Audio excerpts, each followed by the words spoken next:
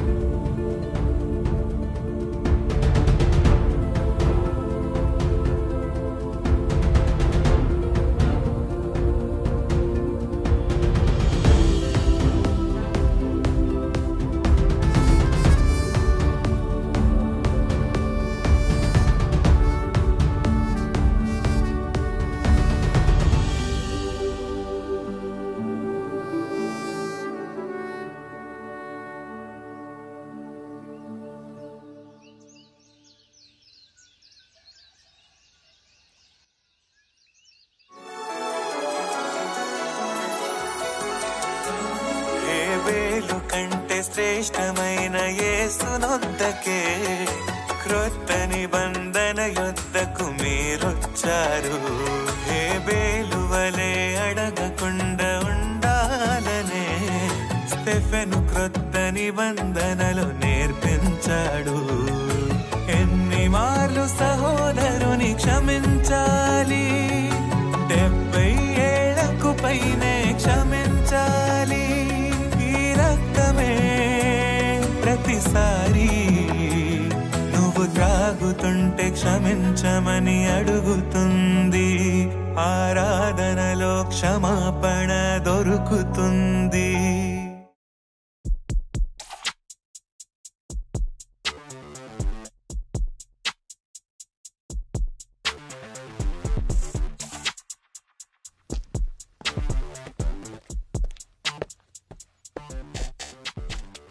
అన్నా అమీర్పేట వస్తావా? రాను సార్.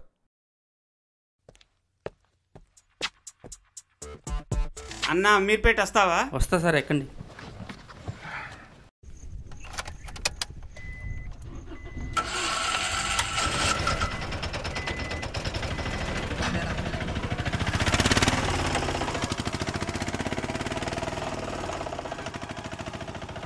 మారాలని చెబుతుంటే భయపడరా? మారనంటే తన చేతిలో తెగిపడరా? భక్తిహీనులకు చివరి గడియరా? మానవ మృగాలను దహించు దేవుడురా. దేవుని కోపం ఎంతో ప్రకృతి చూపిస్తుంది నీకే. భగభగ మంటలు రేపే ఆరని సూర్యుని శక్తి తనదే. ఏమైంది సార్? ఏం పాటలు ఇవి? సినిమా పాటలు పెట్టు. సినిమా పాటల్లో ఏముంది సార్? అశ్లీలత, అసభ్యత. ఈ పాటలంటే మీకు జ్ఞానం వస్తుంది సార్. నువ్వు వద్దు, నీ జ్ఞానం వద్దు. సినిమా పాటలు పెడతావా లేదా? నేను పెట్టలేను సార్. పెట్టకపోతే నేను ఆటో దిగి వెళ్ళిపోతా. మీ ఇష్టం సార్. దేవుడి పిచ్చిలో పడి కస్టమర్లను పోగొట్టుకుంటే ఎలా బ్రతుకుతావు? పో.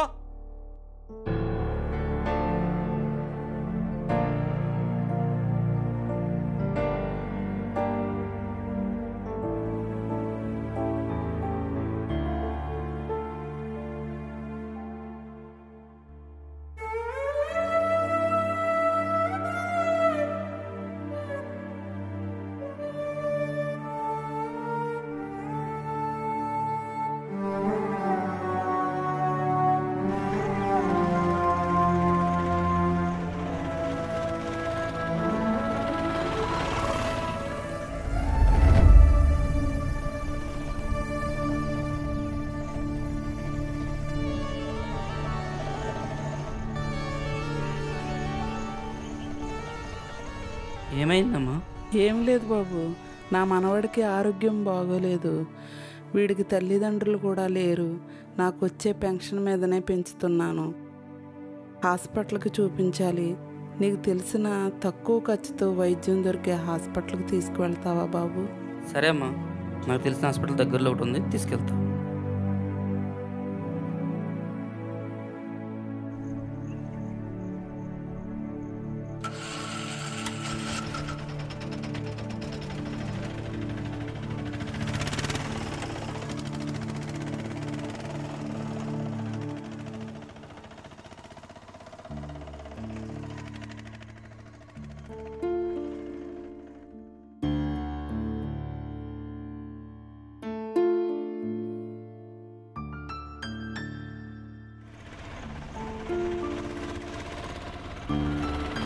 ఇక్కడేనమ్మా. బాబుని జాగ్రత్తగా దింపండి. మెల్లిగా దేవత జాగ్రత్త.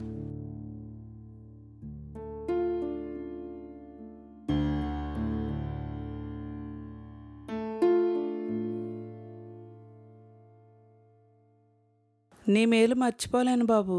పర్లేదమ్మా. చాలా సహాయం చేశావు. వద్దు బాబు. పర్లేదు పర్లేదు పర్లేదు. దీని మీద డబ్బులు వద్దు ఉంచండి. బాబు, వద్దు వద్దు. పర్లేదు. ఈ కాలంలో నీలాంటి వాళ్ళు తక్కువగా ఉంటారయ్యా. పేదలను కనుకరించమని మా యేసుప్రభు చెప్పాడు.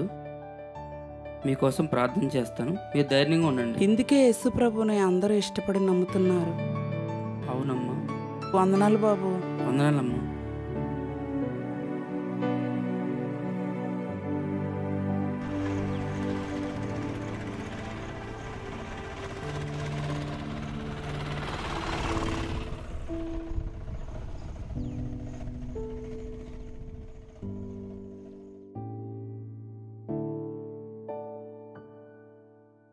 మీరెప్పుడు ఈ 200 తెస్తుంటే ఇంటి రెంట్ ఎట్ట కట్టాలి, కరెంటు బిల్ ఎట్ట కట్టాలి, మన భవిష్యత్తు ఎప్పుడు బాగుపడుతుంది, రేపు పిల్లోడు ఫీజు కట్టాలి, అదెట్లా కట్టాలి?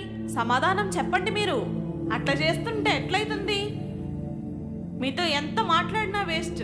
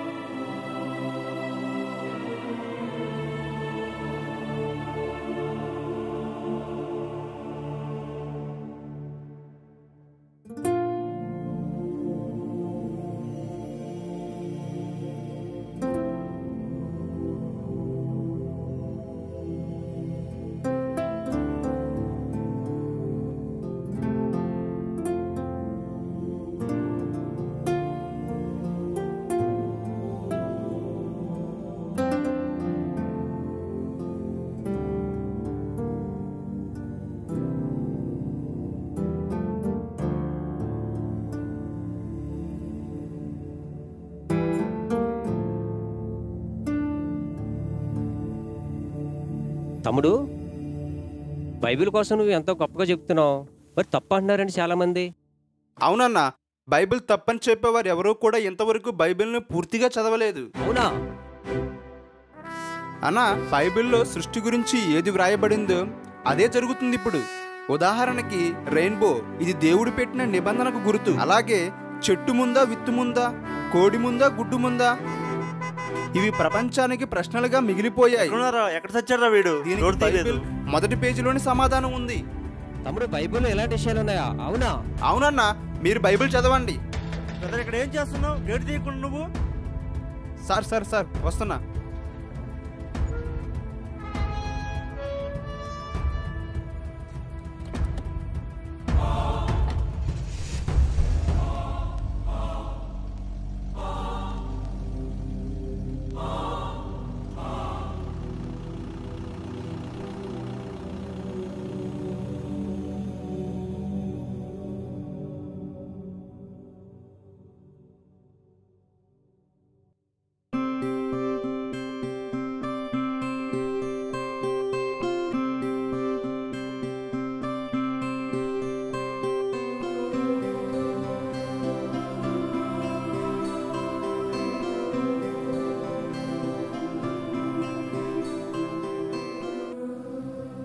వందనాలు సార్, బాగున్నారా?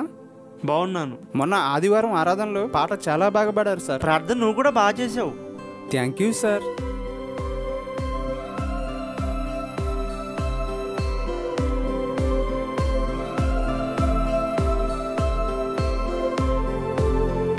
వందనాలు sir.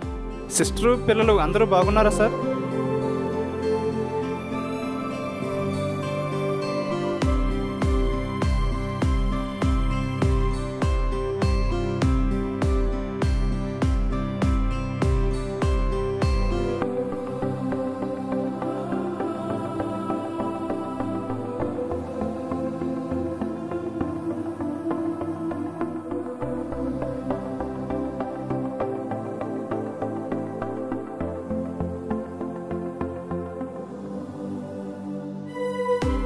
Sir sir sir sir ఇటు ఇవ్వండి సార్, నేను పెట్టుకెళ్తాను పైకి. పర్లేదు సార్, పర్లేదు, నేను పెట్టుకెళ్తాను. ఇటు ఇవ్వండి సార్, ఇటు ఇవ్వండి సార్, పర్లేదు సార్, పర్లేదు పర్లేదు, నేను తీసుకెళ్తాను. పర్లేదు సార్, పర్లేదు, నేను పెట్టుకెళ్తాను. ఇటు ఇవ్వండి సార్, నేను తీసుకెళ్తాను.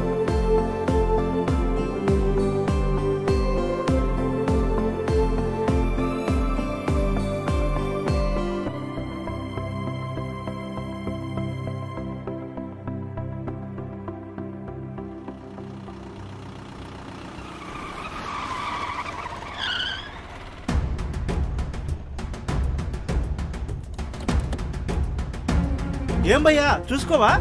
రాజన్న సారీ, పొరపాటు అయింది. కొంచెం అయితే యాక్సిడెంట్ అయ్యేది.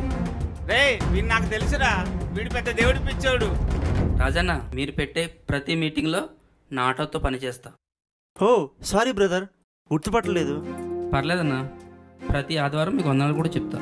ఒకే సంఘంలో వాక్యం వింటూ ఒకే చోట ప్రభు పాత్రలో చేయవేస్తున్న వారు గుర్తుపట్టుకోలేని పరిస్థితి.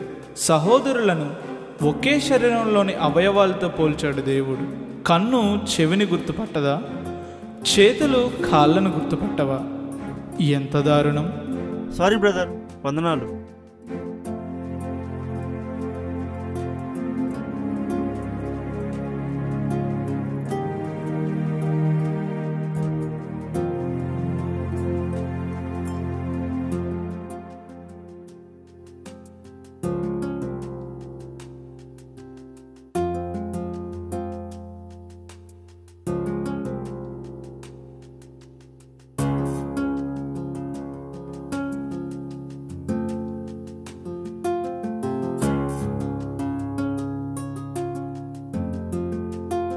దేవుణ్ణి నమ్మని నా స్నేహితుడే అతనిని దేవుడు పిచ్చోడు అన్నాడు అంటే ఎంత భక్తిగా బ్రతుకుతున్నాడో. అలాంటి నా సహోదరుని గుర్తుపట్టలేకపోయానా? ఒకవేళ కోపంతో అతనిని ఏదైనా చేసి ఉంటే ఎంత పాపమయ్యేది. దీని అంతటికీ కారణం నేను సంఘంలో ఎవరిని పలకరించడం లేదు. ఆమెన్ అనగానే వెళ్ళిపోతున్నాను. ఇదే నేను చేస్తున్న పెద్ద తప్పు. నన్ను క్షమించండి తండ్రి.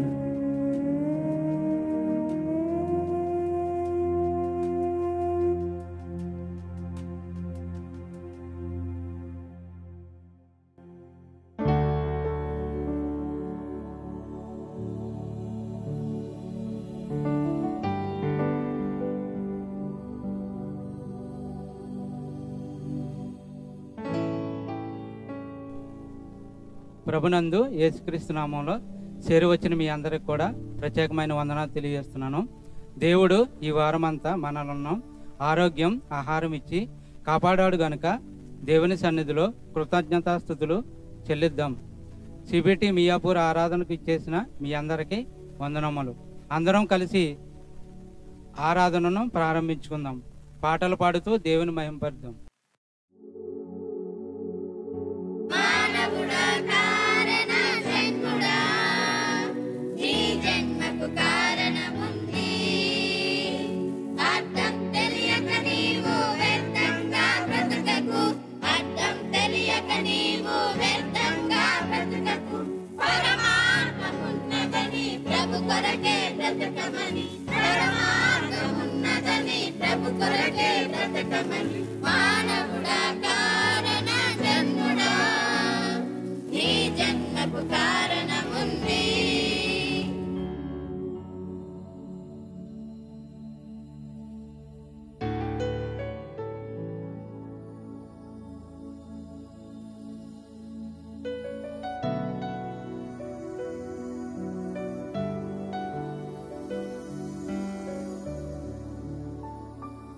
ఈ సమయంలో మన మధ్యలో ఉన్న దైవజనులు సుమన్ గారు వచ్చి వాక్య సందేశాన్ని అందించవలసిందిగా ఈ సమయాన్ని అన్నయ్య గారికి అందజేస్తున్నాను.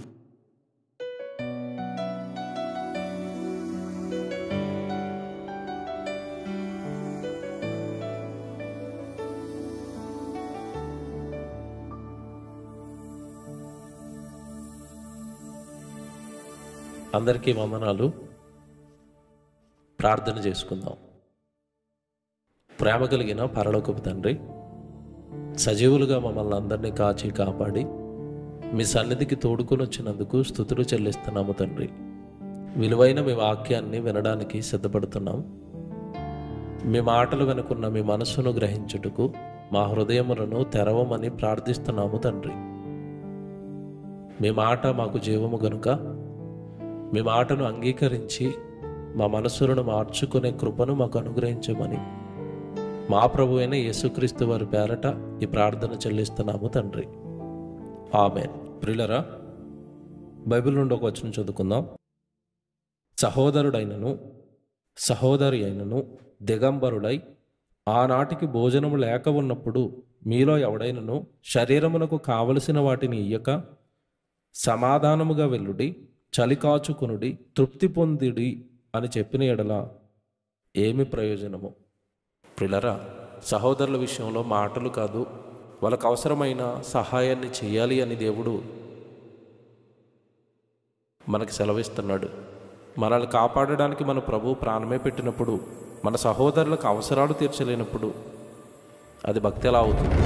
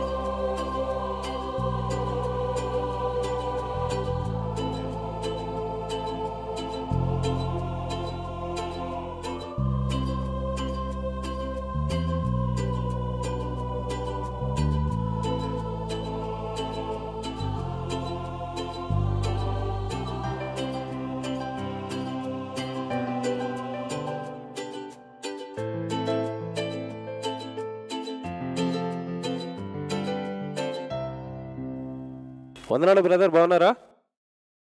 వందనాలు బ్రదర్. భారీగా మీటింగ్ చేద్దాం అనుకుంటున్నాను.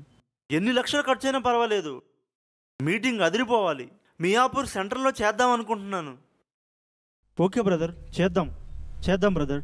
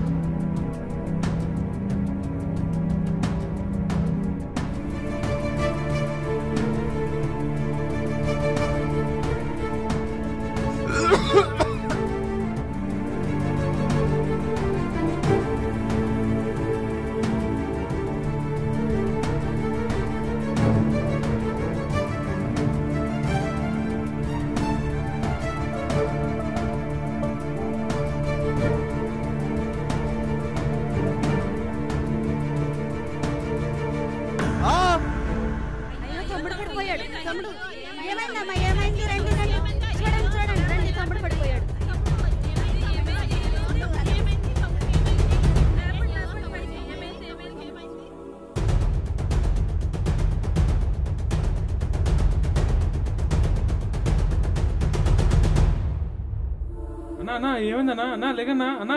అన్నా ఏమైందన్నా? అన్నా లేనా? అన్నా అన్నా ఏమైందన్నా? అన్నా, నేను చాలా రోజుల నుండి తీవ్రమైన అనారోగ్యంతో బాధపడుతున్నానన్నా. పెద్ద హాస్పిటల్కి వెళ్ళి టెస్టులు చేయించుకోమన్నారు, కానీ సరిపడ స్తోమత లేక వెళ్ళలేకపోయాను. ఇంత అనారోగ్యంతో బాధపడుతూ మందిరానికి ఎందుకు వచ్చావన్నా? ఆరోగ్యం బాగలేదని చెప్పి ఉద్యోగమే మానలేదు. మరి దేవుని సన్నిధి ఎందుకు మానుకోవాలి? అనారోగ్యం కారణంతో దేవుని సన్నిధిని విడిచి పాపిగా బ్రతకడం నాకిష్టం లేదు. దేవుని సన్నిధిలో, దేవుని సేవలో నాకేం జరిగినా సంతోషమే. అయ్యో, ఇతనికి ఇలా జరిగిందేంటి? రోజు మా ఇంటి ముందే ఉంటూ నన్ను ప్రేమగా సారని పలకరించేవాడు. ఏనాడు కనీసం ఎలా ఉన్నావని కూడా సరిగ్గా అడగలేదు. ఇంత అనారోగ్యంతో ఉండి కూడా నన్ను ఏ సహాయం అడగలేదు. వాక్యం వింటూ కూడా లాజర్ను పట్టించుకొని ధనవంతుడిలా ప్రవర్తించాను. ఎలాగైనా ఇతనిని హాస్పిటల్లో చూపించి కాపాడాలి. ఇప్పటికైనా మారకపోతే దేవుడు నన్ను క్షమించడు. నన్ను క్షమించండి తండ్రి.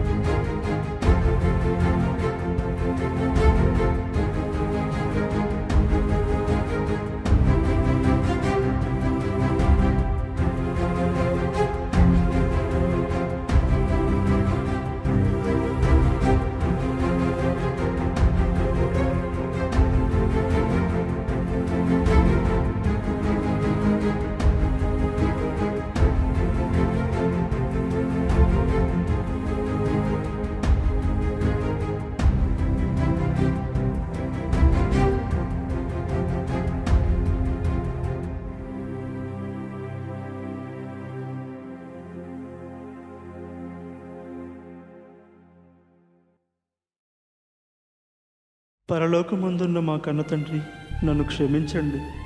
నేను నా సహోదరుని సరిగ్గా పట్టించుకోలేదు. నిన్నటి దినం ఆదివారం ఆరాధనలో కుప్పకూలిపోయాడు. కళ్ళ ముందే ఉంటున్న ప్రేమించలేని మూర్ఖుడినయ్యాను. ఇప్పుడు తీవ్ర అనారోగ్యంలోకి వెళ్ళిపోయాడు. తమ్ముడికి మంచి ఆరోగ్యాన్ని ఇవ్వండి తండ్రి. మంచి వైద్యాన్ని అందించండి కన్న తండ్రి. సహాయం చేయడానికి వెళుతున్నాను. నా ప్రయాణంలో తోడుగా ఉండండి. యేసుక్రీస్తు నామమున అడుగుచున్నాను కన్న తండ్రి. ఆమేన్.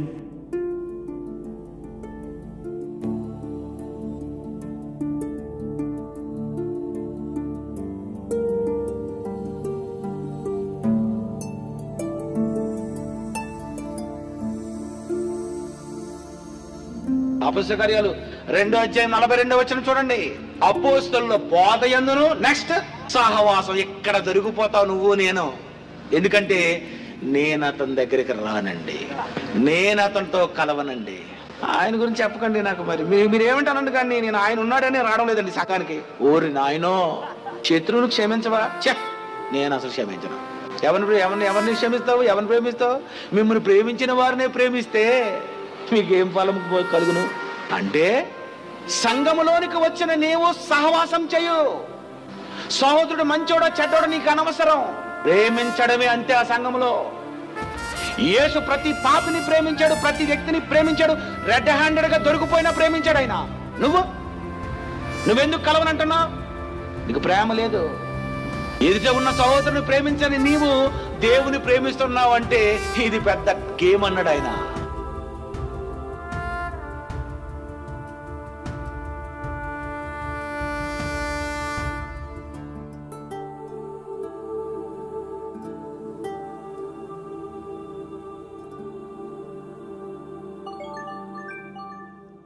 ఎవరు ఈ టైంలో కాల్ చేస్తున్నారు? హలో, వందనాలు తమ్ముడు. చెప్పమ్మా, కాల్ చేసావు? నా సూర్య తమ్ముడు చచ్చిపోయాడు. అవునా?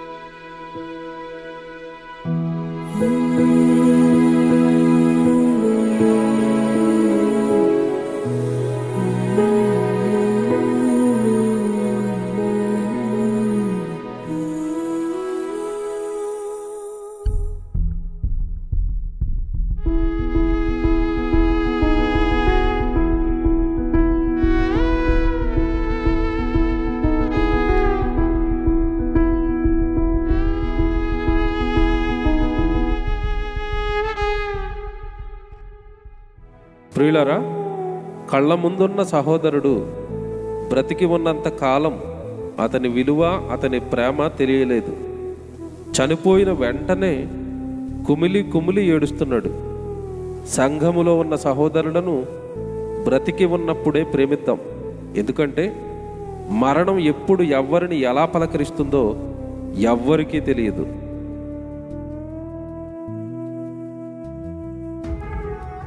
ప్రియులరా, ఈ రక్తబంధాలన్నీ 60-70 సంవత్సరాలు మాత్రమే ఉంటాయి. కానీ మీ ఆత్మను రక్షించడానికి దేవుడు సంఘం ద్వారా ఏర్పరిచిన శాశ్వత బంధమే ఈ ఆత్మబంధం. ప్రభు సంఘంలోనికి నిన్ను చేరిస్తే సంఘములో బోధ చేస్తున్న సేవకుడు, ప్రేమతో పలకరించే సహోదరుడు, దేవుని కుటుంబమైన సంఘములోని మీ ఆత్మబంధువులు. మీరు దేవుని సన్నిధిలో, దేవుని వాక్యములో, దేవుని పనిలో ఎదుగుతుంటే ఆనందపడి మిమ్మల్ని పరలోకంలో చూడాలనుకునే స్వార్థం లేని స్వచ్ఛమైన బంధమే ఆత్మబంధం. మీ ఆత్మలను కాపాడడానికి తమ జీవితాలనే పణంగా పెట్టిన సేవకులను గౌరవించలేరా? ప్రేమించలేరా? ఏ తల్లి కన్నబిడ్డో సంఘములో మిమ్మల్ని అన్న, తమ్ముడు, అక్క, చెల్లి అని పిలుస్తుంటే దేవుని కుమారుడు, దేవుని కుమార్తె అని భావించలేకపోతున్నారా? ఆత్మలకు తండ్రి అయిన దేవుడు జ్ఞాపకం రావడం లేదా? లోపాలు, విభేదాలు ఉన్నాయని ఏ రక్తబంధాన్ని వదులుకొని మీరు ఆత్మబంధాన్ని ఎందుకు వదులుకుంటున్నారు? యోహాను గారు రాసిన మొదటి పత్రిక 4వ అధ్యాయము 21వ వచనము. దేవునిని ప్రేమించువాడు తన సహోదరుని కూడా ప్రేమింపవలెనను ఆజ్ఞను మనం ఆయన వలన పొంది ఉన్నాము. సహోదరుని ప్రేమించాలన్నది దేవుని ఆజ్ఞ. ఆజ్ఞను అతిక్రమించి పాపులుగా మారి నరకానికి వెళతారా? కళ్ళ ముందున్న సహోదరుని ప్రేమించి పరలోకం వెళతారా? నిర్ణయాన్ని మీకే విడిచిపెడుతూ ఈ చిత్రం కొరకు అలుపెరగక కష్టపడిన క్రైస్ట్ చర్చ్ మియాపూర్ సంఘస్థులందరికీ హృదయపూర్వకమైన ధన్యవాదాలు చెల్లిస్తూ, సమస్త మహిమ ఘనత దేవునికే చెల్లిస్తూ దేవుని పాద పద్మములకు ఈ చిత్రాన్ని అంకితం చేస్తున్నాం. God bless you all. ఇట్లు మీ సహోదరుడు king Srinu, CBT principal, Miyapur,